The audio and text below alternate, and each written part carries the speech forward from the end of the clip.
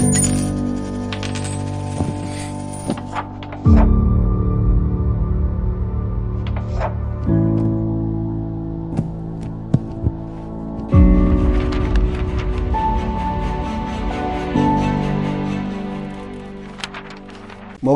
ქალბატონებო და ბატონებო, ეს არის გადაცემა ვენი ვიდი და მე ვარ მისი წამყვანი სოსო სალუქვაძე. დღეს ჩვენი მოგზაურობა, ვიზიტი შედგება ძალიან მნიშვნელოვან და საინტერესო ბევრისთვის ნაცნობ ადგილას, რასაც ჰქვია ქალაქი რომი. თუმცა მხოლოდ ქალაქზე არ გვექნება საუბარი, გვექნება საუბარი რომის იმ სახელმწიფოზედაც, რომელიც დიდი ხნის განმავლობაში ცივილიზაციის აკვანს წარმოადგენდა და მან ძალიან ბევრი რამ შესძინა საერთოდ გლობალურ, ასე ვთქვათ, ცივილიზაციას და კაცობრიობას. ჩვენი დღევანდელი სტუმარი გახლავთ ბატონი ნიკა ხოფერია. მოგესალმებით.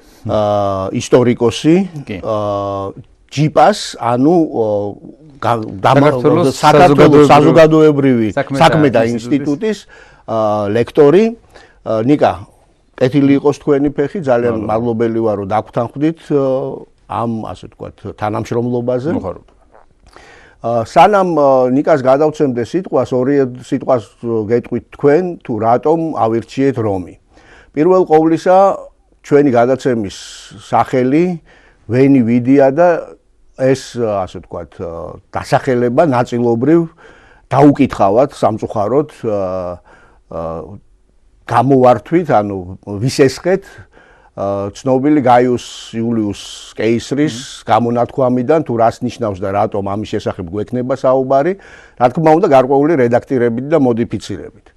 მეორე, იმიტომ რომ რომი მარადიული ქალაქია, ყველა გზა რომში მიდის და ჩვენ რა უფლება გვაქვს, რომ რომით არ დავიწყოთ ჩვენი გადაცემების ციკლი და არ მიუძღვნათ მათ პირველი გადაცემა, მით უმეტეს, რომ ნამდვილად იმსახურებს ეს ქალაქი იმ ყურადღებას, რომელსაც ისედაც იჩენს მსოფლიოს ყველა ხალხი, მე მგონი, და ყველა მოგზაური მის მიმართ, მაგრამ განსაკუთრებით ეს მნიშვნელოვანია ჩვენს კონტექსტში, ასე რომ ერთი მხრივ გაიუს იულიუს კეისარი, მეორე მხრივ რომი და ალბათ თქვენთვის გასაგებია, რომ ჩვენი ძირითადი ფოკუსი იქნება არა თანამედროვე, არა მაინც და მაინც დღევანდელობა რომის, არამედ ის ისტორია, რომელიც მას გააჩნია და იმ პერიპეტიები, რომელმაც რომი თავის დროზე მსოფლიოს გამორჩეულ ადგილად, იმპერიად, ქვეყნად, ცივილიზაციად და ყველაფრად გადააქცია. რას გვეტყვით, ბატონო ნიკა, რამდენად მნიშვნელოვანი ადგილია რომი? ნამდვილად ძალიან მნიშვნელოვანი ისტორიულ კონტექსტში, არა მარტო ისტორიული, ხო, ზოგადად როგორც კულტურული ცენტრიც, ხო, თანამედროვე მსოფლიოსის ისევე როგორც წარსულში, რომი არის ერთ-ერთი ყველაზე გამორჩეული ქალაქი დღესაც და მით უმეტეს იყო ანტიკურ სამყაროში განსაკუთრებით, მაგრამ ვერც იმას ვიტყვით, რომ მხოლოდ ანტიკურობით შემოიფარგლება რომის ისტორია და მისი მნიშვნელობა, მისი მნიშვნელობა გრძელდება შუა საუკუნეებში, და ყოველთვის გრძელდება. კი, განსაკუთრებით მაშინ, როცა აღსანიშნავია რომის პაპების გავლენა დასავლეთ ევროპაზე, იმიტომ რომ ისინი კონსტანტინეს ანდერძის მიხედვით, რომელიც იყო ნაყალბები, მაგრამ რეალურად მთელი შუა საუკუნეების მანძილზე საშუალებას აძლევდა, რომ ევროპაში ყველაზე გავლენიანი ფიგურები ყოფილიყვნენ, რომი კვლავინდებურად ინარჩუნებდა უმაღლეს სტატუსს ევროპაში. მართალია, ეს რომი არა მარტო ქალაქი, არამედ იდეაც იყო მთლიანობაში. ამიტომ არის მარადიული რომი, იმიტომ ეწოდება, რომ ეს არ არის მხოლოდ ერთი ქალაქის ისტორია, ეს არის რომის როგორც იდეის ამბავი, რომელიც გრძელდება და დღემდე აღწევს დაწყებული ანტიკურობიდან შუა საუკუნეებში, ახალ ეპოქაში ყოველთვის არსებობდა. კი, ზეცვლა და ვარდნა ყოველთვის ჰქონდა მას ანტიკურ პერიოდშიც კი, ხო, მე როგორც მახსოვს, ასეთნაირად აღწერენ ისტორიკოსები, განსაკუთრებით პირველი 500 წელი იყო აღმავლობა, შემდეგ 2 საუკუნე პიკი და შემდეგ იწყება 3 საუკუნის განმავლობაში დაცემა, რაც ტრაგიკულად დამთავრდა. ყველა იმპერიას ახასიათებს, ხო, აღზევება და დაცემა. თავისი ციკლი ჰქონდა. მაგრამ მიუხედავად ამისა, ბევრი სხვა იმპერიისგან განსხვავებით და ქალაქისგან განსხვავებით, მისი, ასე ვთქვათ, სტატუსი, მისი მნიშვნელობა არც ერთ პერიოდში არ დამცრობილა იმდენად, რომ ის უმნიშვნელო გამხდარიყო მსოფლიოსათვის.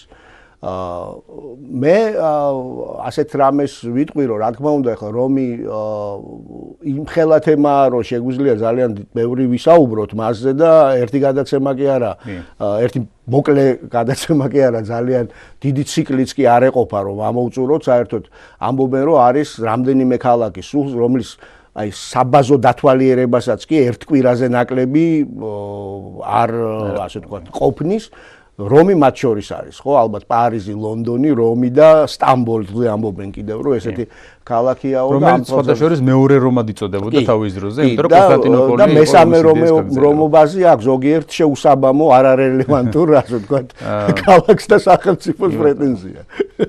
ძალიან ბევრს ჰქონდა რომის იდეა ატაცებული, ყოველი იმპერია იყო რომის მოდელი. ამის შემდგომში, როგორც იყო საღვთო რომის იმპერია, როგორც იყო აღმოსავლეთ რომი, რომელიც უშუალოდ მემკვიდრეა, რუსეთის იმპერია და ასე შემდეგ, სადაც წოდება კეისარიც ძალიან ბევრგან, როგორც კაიზერის, ცარის და სხვადასხვა ფორმით შემოგრჩა. მათ შორის ოსმალეთის სულთნებსაც კი ჰქონდათ პრეტენზია და ისინი ამბობდნენ, რომ ბიზანტიის იმპერია არ დასრულებულა, ისინი აგრძელებენ რომის არსებობას. მithumetes ტერიტორიულობა ამაში ხელს უწყობდა. მათ ერთი მონღოლები არ ამბობდნენ, რომ რომის გაგრძელება ვართო და არც იყვნენ, რა თქმა უნდა, ვერც იქნებოდნენ.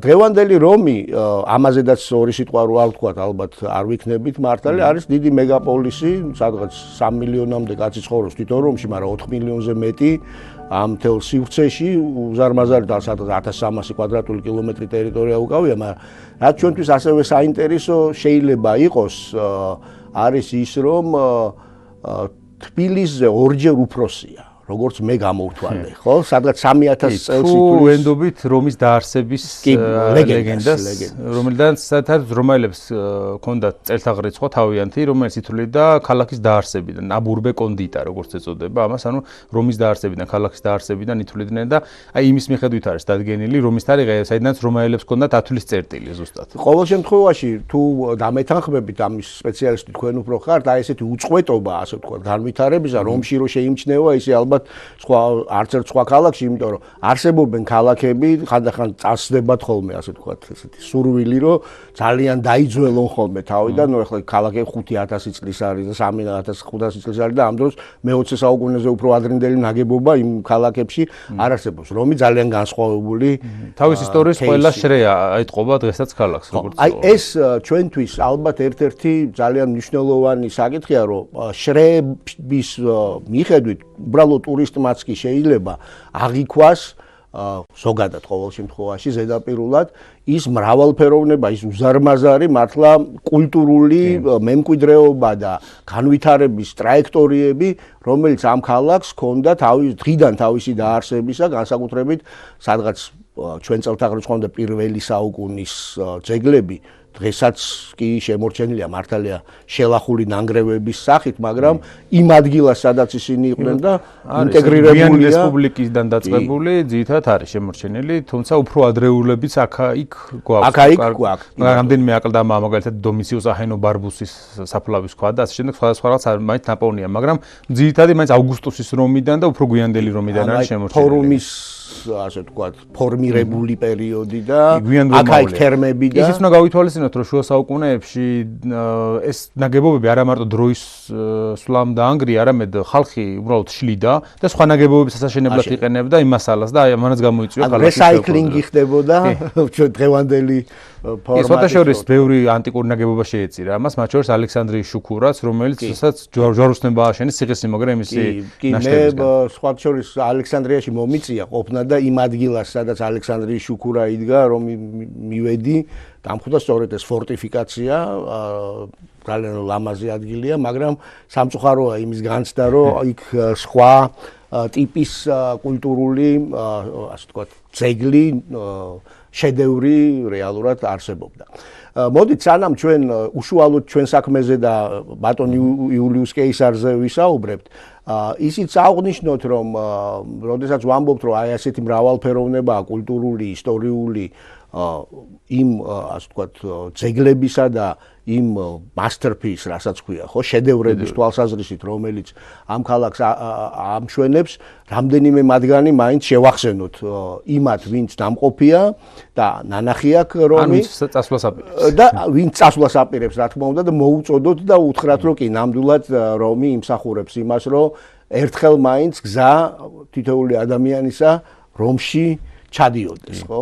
და მე ვიტყოდი რომ მაგალითად პირადად ჩემთვის ჯერ რომ ძალიან ასე ვთქვათ თვალსაჩინო რაღაცებს ყველაზე უფრო თვალსაჩინოს არ შევეხოთ საოცარი მოედნები და ასე ვთქვათ შადრევნები მაგალითად ხო ისეთი მოედნების კულტურა რომ ძველი რომიდან მოყოლებული აქვს ეს ფორუმების იდეა სწორედ ეს არის კი მოედნების ასევე მარსის მოედანიც რო გავიხსენოთ ძველი რომში კი ბატონო რომელიც საქართველოსაც რაღაცნაირად უკავშირდება ხო კი როცა ფარსმანი იყო ჩასული ასე ლეგენდა თუ სინამდვილე რომ არა ეს ისტორიული წყაროებით ვიცით რომ დასტურდება მით უკეთეს მიწვეული იყო მე ცოტა სკეპტიკური ვარ ყველაფერზე საერთოდ ვასალი ან კლიენტ როგორც რომაელები უწოდებდნენ კლიენტებს ვინც მათ გარშემო არსებული მცირე სახელმწიფოები იყო, ხშირად ჩადიოდნენ ხოლმე რომში მიწვევით და იქ მათი ძალაუფლების გამტკიცება ხდებოდა სამეფო ინსიგნიების გადაცემით. აი ფარსმანი ამ შემთხვევაში ამაზე კიდე უფრო მაღლა დგას, ვიდრე უბრალო კლიენტი. ის უბრალო კლიენტი არ ის იყო, ის არის მოკავშირე ამ შემთხვევაში. კი, very important client. თანაც იმპერიას უნდა მასთან გააფართოოს ურთიერთობები და ის მაშინ ეს ხას უსვავს რომ საქართველოს მაშინ რაღაც სანამ ის გარკვეულ გარანტიებს არ იღებს და რომთან ურთიერთობა არ აქვს დალაგებული ანტონინოს პიუსის მმართველობის დროს მანამდე არც ჩადის ადრიანის მიწვევით მაგალითად რომელმაც ის მცირე აზიაში მიიწვია თავის დროზე და შემდგომში რომში აღმოჩნდება სადაც ძალიან დიდ პატივს მიაგებენ თუნდაც იმით რომ იუპიტერისთვის შეაწერინენ მსხვერპლს კაპიტოლიუმზე რაც ძალიან დიდი პატივი იყო ზოგადად გასაგებია ხო როდესაც ჩვენ აი ამ მოედნებზე ვსაუბრობთ და მოედნებზე ხშირად გვხვდება ასევე ის შადრევნები რომელიც ყველაზე უფრო ცნობილია ხო მე მაგალითად ნაონას მოედანს გავიხსენებთ სადაც სამი ის რენესანსის დროინდელი გადასარევი მოედანია ბაროკოც ასე ვთქვათ შემოდის იქ ბერლინის ძალიან ცნობილი შადრევანია 4 მდინარის რომელიც სიმბოლურად ასახავს 4 კონტინენტის მთავარ მდინარეებს ანუ არის დუნაი განგი თუ არ ვცდები ნილოსი რა თქმა უნდა და ლა-პლატა. ეს უკვე ის პერიოდია, როდესაც აღმოჩენები დაწყებულია. მაგრამ გახსნილი აქვს. კი ბატონო, მაგრამ ყველაზე უფრო მაინც ცნობილი ჩვენთვის ალბათ ვიზუალურადაც და ესეთ კოგნიტიურადაც არის ტრევის შადრევანი.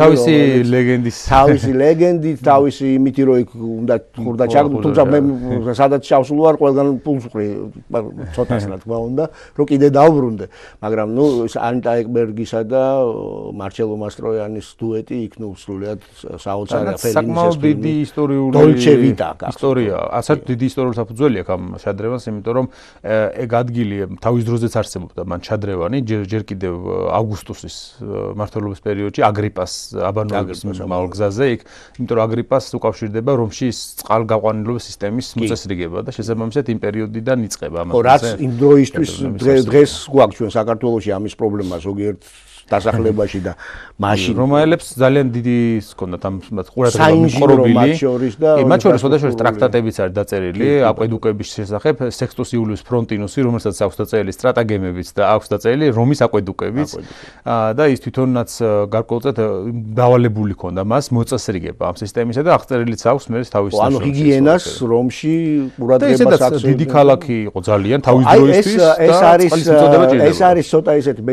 გითხარით რომ ზოგიერთ ისტორიულ ასე ვთქვათ ჩანაწერს და იმას სკეპტიკურად უყურებ, მე თვითონ ქალაქების სპეციალისტი ვარ და მილიონზე მეტი როგორ შეიძლება ყოფილიყო რომი მაშინ როცა სულ 200 მილიონი კაცი ცხოვრობდა. ნუ იმ დედამიწაზე ყოველ შემთხვევაში რაც ცნობილი იყო და არ ამგონია რომ იმის მიღმაც ძალიან ბევრი ყოფილიყო, ცოტა ძნელად წარმოსადგენია როგორ ხდებოდა საერთოდ ამ ქალაქის ან მართვა ან როგორ გამოიყურებოდა, თუმცა ბევრი ხალხი რო ცხოვრობდა და შედარებით მეგაპოლისი იყო, ამაზე რა თქმა უნდა ორი აზრი არ არსებობს, ხო. მოედნებს რა ვამბობთ კიდევ ერთი ისეთი განსახიერებული მოედანი ეს არის ესპანეთის მოედანი თავის კიბეებით, იქაც ერთ ფილმს ალბათ ყველა სულ მინიმუმ ერთ ფილმს მაინც ყველა გაიხსენებს, ხო, რომაული არდადეგები. თანაც ეს სახელი ხშირად აეჭვებთ ხოლმე რატო რაშუაშია ესპანეთი აქ და ესპანური საელჩო იყო ამ ადგილზე თავის დროზე. მაშინ როცა ესპანეთი ძლიერების ზენიტში იყო მე-16-17 საუკუნეებში და იმ პერიოდიდან რაღაც სახელი შემორჩა რა ხან მოედანს თემას ეწოდება. ჩემთვის ეგ არის ოდრი ჰებერნისა და ასე ვთქვათ გრეგორი პეკის სახე მაშინვე საკმაოდ ბევრი ფილმია რომში გადაღებული. კი, და მით უმეტეს ამ ადგილას არა უმიზეზო თქმა უნდა, რომზე უკეთესი არის. ვენეციის მოედანი მაგალითად ასევე სასახლე და ვილა ბორგეზე.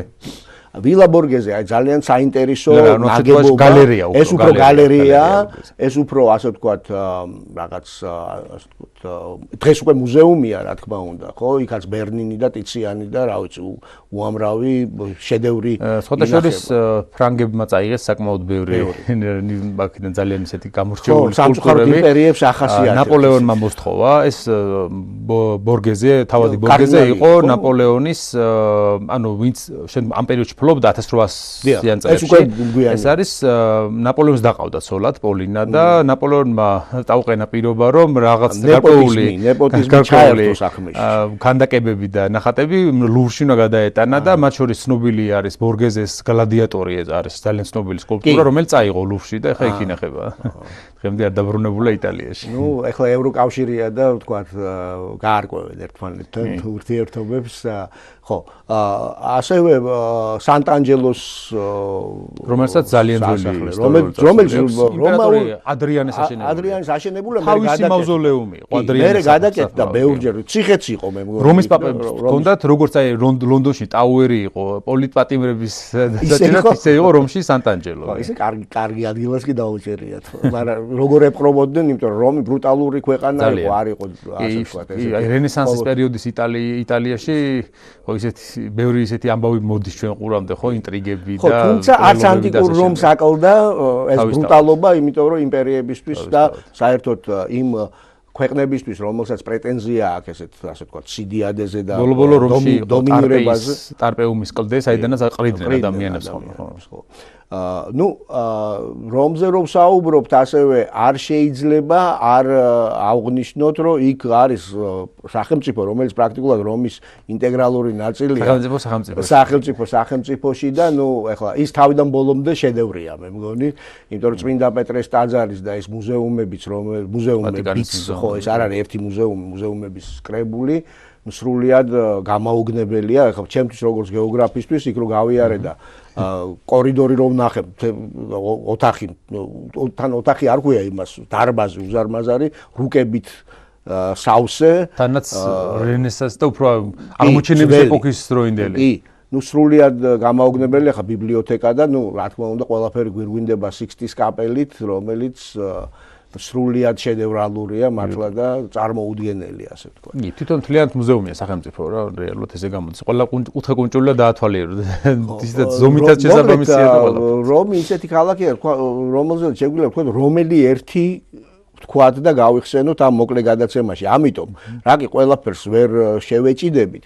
მოდი მაინც ფოკუსირება გავაკეთოთ იმ ადამიანზე, რომელიც კიდევ ერთხელ ვამბობ, თავის და უნებურად ჩვენი გადაცემის, ასე ვთქვათ, თანამონაწილე გახდა, იმიტომ რომ მისი გამოთქმა გამოვიყენეთ ჩვენ სათაურში და აქაც ნუ ამ ზოგადად გადაცემის ავტორი არის ბატონი ბიძინა ბარათაშვილი, მე ვარ წამყვანი და ბატონი იულიუს კეისარი აღმოჩნდა ასევე თანამონაწილე ტრიუმვირაც აქაც ვერაცდა.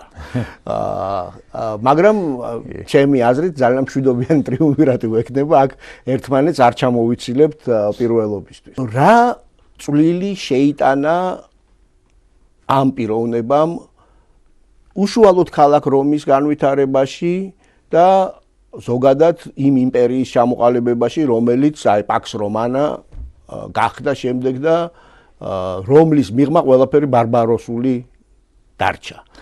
ეს რომაელების თვალსაჩინით უფრო. რა თქმა უნდა, იმიტომ რომ რომაელებს ისიც რომ და ზოგადად ბერძნული კულტურიდან მოდის ეს სხვა ხალხებისთვის ბარბაროსების წოდება, რაღაცა გაუცხოება მათთამი და რაღაც ესეთი დამოკიდებულება, ხო, რომელიც რომელმაც გადაიღეს შემდგომში და ყველა იმ ხალხს, რომელიც ამ ბერძნულ-რომაული კულტურის გარეთ იყო, ბარბაროსებად მოიხსენიებდნენ ხოლმე. იულიუს კეისარი არის ძალიან კომპლექსური ფიგურა, იმიტომ რომ მასზე არსებობს სხვადასხვანაირი მოსაზრებები არსებობს, მაგალითად არის ნაწილი, რომელსაც მიაჩნია, რომ ის იყო ყველა დროის ერთ-ერთი უდიდესი ლიდერი, მაგალითად თეოდორ მომზენი, რომის ისტორიის უდიდესი კვლევარი, რომელსაც ნობელის პოზიცია აქვს აღებული რომის ისტორიაში, ერთ-ერთი შემთხვევა რო ისტორიულ ცვლილებაში, ხო? მიიჩნევდა მას რომის ისტორიის უდიდეს ფიგურად. მაგრამ არსებობენ განსხვავებული აზრის ადამიანები, მაგალითად გილელმო ფერერო, იტალიელი ისტორიკოსი, რომელიც ფიქრობს, რომ კეისარი არაფერი განსაკუთრებული ესეთ ფიგურა არ იყო, უბრალოდ ის საჭირო დროს საჭირო ადგილზე მოხვდა და გააკეთა ის, რასაც გააკეთებდა მის ადგილზე სხვა რომაელი მხედართმთავრებიც, ანუ რუბიკონს გადალახავდა ყველა?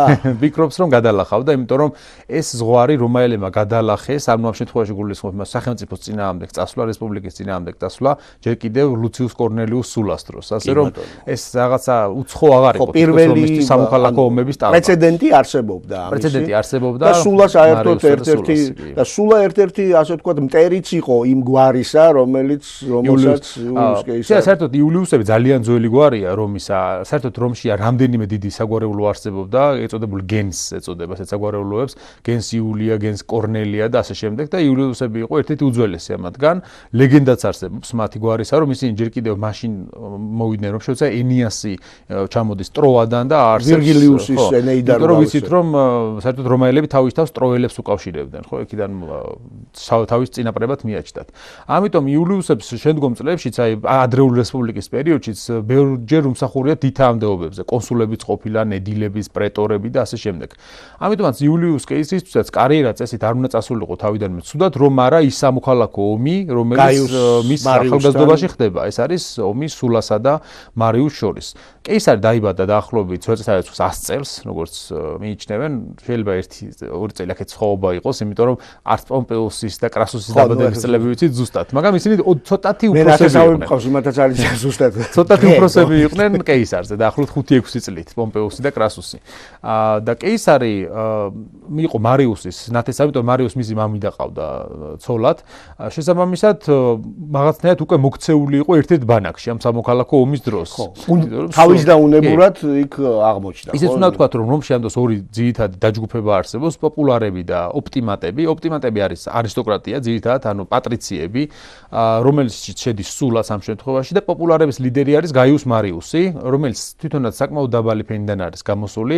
მას ციცერონი უწოდებდა homo novus, ახალი ადამიანი, იმიტომ რომ ესეთი ადამიანები ამ დროს იწყებენ დაწინაურებას იმპერიის სამსახურში. ისინი თავიანთი მიღწევებით ხვდებიან მაღალ თანამდებობებზე და არა მათი წარმომავლობის გამო, რომელიც საგვარეულოს მიეკუთვნებიან. საერთოდ რომში უმთავრესი ყველა სახელმწიფო მოღვაწისთვის იყო ხოლმე სამხედრო კარიერა. სამხედრო კარიერით იწყობდა შემდგომში პოლიტიკურ კარიერასაც. ყველა მათგანს მოხდილი ჰქონდა არმიაში თავისი ვალი ჰქონდა, აუცილებლად ყველა უნივერსიტეტი არ თავისი ომებისა და შესაბამისად ყველა მათგანი შემდგომში ცდილობდა რომ გამოიყენებინა ეს თავისი პოლიტიკური მიზნებისთვის. მარიუსა და სულას ომის დროს, ოდესაც სულამ აიღო რომი, რეალურად ეს იყო პირველი შემთხვევა, როცა რომაელებმა თვითონ აღმართეს იარაღი თავიანთ ქალაქზე. აი ამის შემდეგ სულა მიდის აღმოსავლეთში მითრიდატესთან საომრად და იტალიაში კვლავინდებურად ირევა სიტუაცია, იმიტომ რომ მარიუსი მახერხებს დაბრუნებას და დროებით ის მოექცევა სათავეში და კვლავინდებურად მიიღებს კონსულის წოდებას, რომელიც მას მანამდე უკვე ძალიან ბევრჯერ ეკავა, სხვადასხვა 5 ჯერ ზედიზედ იყო კონსული, რაც იყო ერთადერთი შემთხვევა მანამდე რომში და ეს იმის გამო რომ მარიუს უნდა დაეცვა რომი კიმბრებისა და ტევტონების გერმანული ტომების შემოსევისგან თავის დროზე. მაგრამ მარიუსი უკვე ასაკიანი იყო, მალე გარდაიცვალა და სულა ბრუნდება რომში, იწყება რეპრესიების სერია და იულიუს კეისარი ძლივს გადაურჩება ამ რეპრესიებს. თხოვეს სულას იქნებ შეიწყალო, მას იმიტომ ბევრი ნაცნობი ყავდა ამ ოპტიმატებს შორის, იმიტომ თვითონაც არისტოკრატიის წარმომადგენელი იყო და სულამ შეიწყალა, მაგრამ დანანებით ძალიან და თქვა რომ ამ ბიჭი ბევრი მარიუსი ზისო, ასეთი სიტყვები ამოთქვა. განსაკუთრებით სულას გაღიზიანება გამოიწვია იმან, რომ კეისარი ცოლს არ გაეყარა მისი ბრძანებით, იმიტომ რომ მას ცოლად ყოდა კორნელიუს ცინას ქალიშვილი, რომელიც გარდაიცვალა. კი, გარდაცვლილი იყო ამ დროს, თუმცა იყო თავის დროზე სულას დაუძინებელი მოწინააღმდეგე. შემდგომ პერიოდში და სულა გარდაიცვალა, იმიტომ სულა დიდი ხანი აღარ უცოცხლია თავის დიქტატურის დამყარების შემდეგ, ავადმყოფობდა საკმაოდ და მალე გარდაიცვალა. ამის შემდეგ კეისარს მიეცა საშუალება, რომ ნელ-ნელა რეაბილიტაცია მოეხდინა რომაულ საზოგადოებაში, სენატში თავის ადგილი დაეკავებინა და მაღალი თანამდებობებისთვის ებრძოლა. თუნდაც ამ გზაზე კეისარი ერთხელ იკავებდა ედილის თანამდებობასაც. ედილი არის ძალიან მნიშვნელოვანი თანამდებობა, რომის მერია ფაქტობრივად. პირველი ადამიანია რომში. უშუალოდ რომში ის არის ფაქტობრივად მერი, ამ შემთხვევაში ის არის პასუხისმგებელი ქალაქის დამშვენებაზე, ამ წყლის მომარაგებაზე, კეთილმოწყობაზე, გლადიატორების ბრძოლების ჩატარებაზე თუ ასე შემდეგ, ყველაფერზე რაც ქალაქში ხდება. კულტურული პროგრამის შეთავაზება. ეს სხვადასხვა ძალიან მნიშვნელოვანი იყო, იმიტომაც რომ ამის შეეძლო ხალხის გულის მოგება და მათი მხარდაჭერის მოპოვება, იმიტომ რომ რომში მარტო სენატიც არ წყვეტს ყველაფერს, იქ არის სენატი და ხალხი რომისა, სენატუს პოპულუსკე რომანუს, ხო, რომელიც რომის დევიზი იყო ფაქტობრივად, ასე რომ ყველაფერი წყდებოდა არა მარტო სენატში, არამედ კომიციებზე, ხალხის კრებებზე. ამან გამოიწვია ის, რომ კეისარმა მოიპოვა პოპულარობა ამით, ამავე დროს ის იკავებს პონტიფექს მაქსიმუსის თანამდებობას, ეს არის უმაღლესი ქურუმი რომში, ძალიან მაღალი თანამდებობა იყო თავის დროზე, მართალია ეს იყო რელიგიური წოდება, მაგრამ პოლიტიკურზეც აუცილებლად ახდენდა ხოლმე ზეგავლენას ზოგადად. იმიტომ რომ ეს წოდება დღესაც კი შენარჩუნებულია რომის პაპი დღესაც მოიხსენება როგორც პონტიფექს მაქსიმუს, უმაღლესი ქურუმი ამ შემთხვევაში. მოდი მე ბოდიში უნდა მოგიხადო ნიკა, იმიტომ რომ უნდა ჩაგეჭრა, იმიტომ რომ შენს გეტყობა რომ ამას შეგიძლია საათობით ისაუბრო. მოდი ჩვენ ასეთი რამე ვთქვათ, ბოლოსკენ წავიყვანოთ, ასე ვთქვათ, ეს ამბავი. საბოლოო ჯამში ასე თუ ისე გადმოლახა რა რუბიკონი იულიუს კეისარმა. ეს იყო სამოქალაქო ომების მეორე ეტაპი, უკვე როცა კეისარი უკვე თვითონ იბრძვის ძალაუფლებისთვის, ამ დროს მას გალია აქვს დაპყრობილი, რაც ძალიან მნიშვნელოვანი ტერიტორია უზარმაზარი სივრცე. და ამ დროს რომში არის სამი გავლენიანი ფიგურა, ამ მომენტიც კიდევ ორია დარჩენილი. პომპეუსი და კეისარი. კრასუსი აღმოსავლეთში დაიღუპა უკვე პარტიელებთან ომში. და კეისარსა და პომპეუსს შორის ომში ფარსალოსის ბრძოლა მოხდება 2068 წელს საბერძნეთში, რომელშიც კეისარი გაიმარჯვებს პომპეუსზე, პომპეუსი ეგვიპტეში მიემგზავრება, სადაც მოკლავენ მას და ფაქტობრივად კეისარი რჩება ერთი ორმო რესპუბლიკას რესპუბლიკა რეალურად შეგვიძლია ვთქვათ, რომ რომში რესპუბლიკა პრინციპატის, ანუ დაწყებული კეისრიდან დამთავრებული დიოკლეტიანემდე მაინც ფორმალურად ინარჩუნებს ეგრეთ წოდებულ რესპუბლიკურ სარჩულს, რასაც ეწოდება პრინციპატი. ანუ მას ყავს იმპერატორი, რომელიც პირველი პიროვნებაა რომში, ან პირველი სენატორად და პირველ მოქალაქედ მიიჩნევა, მაგრამ რეალურად დანარჩენი ყველაფერი ისე შეფუთული არის, როგორც რესპუბლიკა, ანუ სენატი და ყველაფერი ფუნქციონირებს. გასაგებია. და ნუ მის პერიოდში ხდება გაიმპერიება, მაგრამ შემდეგ უკვე ამის კონსოლიდაციას ხვევი ახდენს. ვახსენოთ, რომ საიდან მოდის ვენივიდი ვიცი.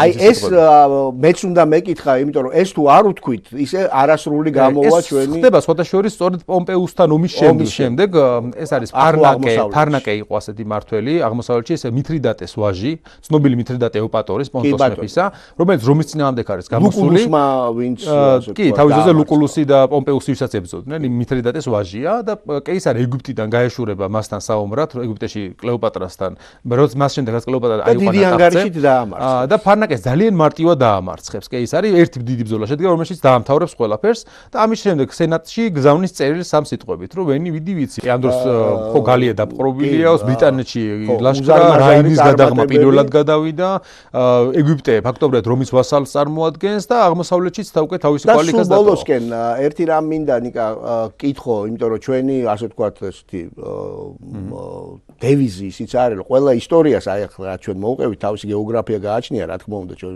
ვისაუბრებთ რომში რა კვალი დატოვა ამ პერიოდმა, აი დღეს რისი ნახვა შეიძლება, რა თქმა უნდა, ფორუმი სატურნის ნანგრევებია ტაძრის. არსებობს თქვა რამდენიმე ფორუმია რომში, არის ფორუმ რომანუმ, ყველაზე ძირითადი, სადაც იყო, არის იულიუსის ფორუმიც არსებობდა ცალკე, რომელიც დღესაც არის შემორჩენილი მისი ნაშთები, არის ავგუსტუსის ფორუმიც, სხვადასხვა ეს დამახასიათებელი იყო არა მარტო იმპერატორებისთვის, არამედ წინა ცნობილი მოღვაწეებისთვის, რომლებიც თავიანთ ფორუმს აკეთებდნენ ხოლმე რომში. ამავე დროს შეგვიძლია კურიას, ანუ სენატისაც იკრიბებოდა იმის შემორჩენილი. ამის რეკონსტრუქციები, ოღონდ ვირტუალური რეკონსტრუქციები გაკეთებულია ბევრ ფილმებშიც, მათ შორის. სასახლეებიცაც არის სხვადასხვა, მათ შორის ნერონის აშენებული დომუს აურია, ოქროს სასახლის რეკონსტრუქცია და რაც თავარია რომაული აბანოები, ძალიან მნიშვნელოვანი კარაკალას აბანოები განსაკუთრებით ყველაზე დიდი, რომელიც რომში არსებობდა, იმიტომ რომ რომაელების კულტურაზეც მიუთითებს ამ აბანოს კულტურა როგორ მაღალ დონეზე ჰქონდათ და კოლიზეუმი, რასაკვირველია ფლავიუსების აშენებული. პანთეონიც ალბათ, რომელიც ყველა ღმერთთა ერთობლივი ის შემდეგ უკვე ქრისტიანულ მათ და ალბათ მაინც რომის სიმბოლო კოლიზეუმია თლიანობაში, რომელიც არის დომიციანეს ტიტუსისა და ვესპასიანეს დროს აშენებული, დამშვენებული, განსაკუთრებით ტიტუსის დროს დამთავრდა მისი მშენებლობა და ეს არის იმ დროის ყველაზე დიდი ამფითეატრი იყო, ის დომუსი ხო ან თაღი.